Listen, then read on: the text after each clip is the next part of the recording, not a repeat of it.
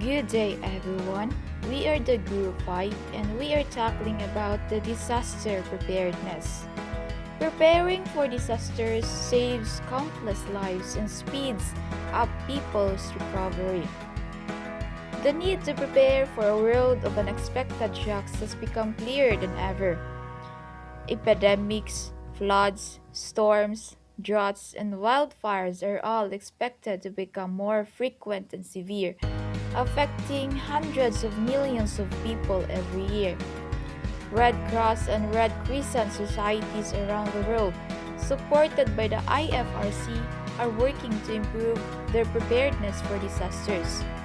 These include coordinating with national authorities and partners to know what risks and hazards to prepare for, training and equipping millions of volunteers as first responders to a wide range of hazards, researching new technologies to improve the response, working with communities to understand the needs of those most at risk, setting up early warning systems so communities can take early action before a disaster hits. Disaster preparedness. The things you need to prepare. What to do during the disaster. Who do we call for help? Things we need to do beforehand. Water for drinking and sanitation. Food. At least 3 days supply of non-perishable food. Battery for powered radio. Cell phone with chargers and backup batteries for contact purposes. Flashlight in case it gets dark.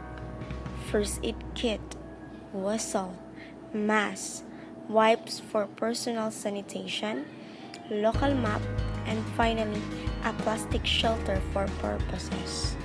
What to do before, during, and after the disaster. Before a disaster, you should first create an emergency plan for your family at home. Make sure that everything you need is easily accessible in case of sudden disasters. Also, you should be knowledgeable on what protective measures to take before, during, and after evacuation.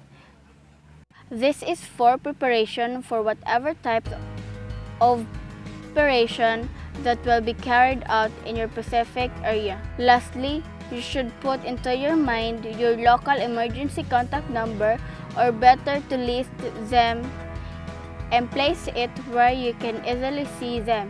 In case of disaster strike and your family needs immediately help earlier, you call the faster you'll be taken care of our rescuer.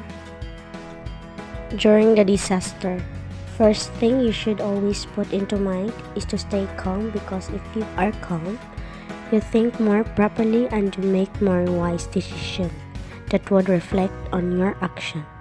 Next, you should need to do is to wait for further instruction and follow your area's protocol on how to evacuate. This is to ensure that everyone is safe and no one will go missing.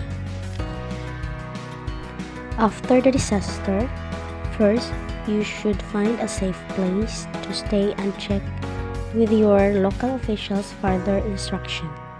Second, before you return home, you should make sure that it is safe, and the only thing you do is to see for your official who have instruct you to what you do. If you encounter problem financially, reach out to your local services relief organization for assistance. Most importantly, check in your family member, ask them about how they feel, and comfort them when needed. This is important so that each member would know how to cope up with their feelings after a disaster. Here are the contact persons you need to list down in case of an emergency. So first, immediate family. Second, local barangay. Third, fire department. Fourth, local police station. Fifth, local hospital. Sixth, National Emergency Hotline 911, and in the Philippines number, it is 911.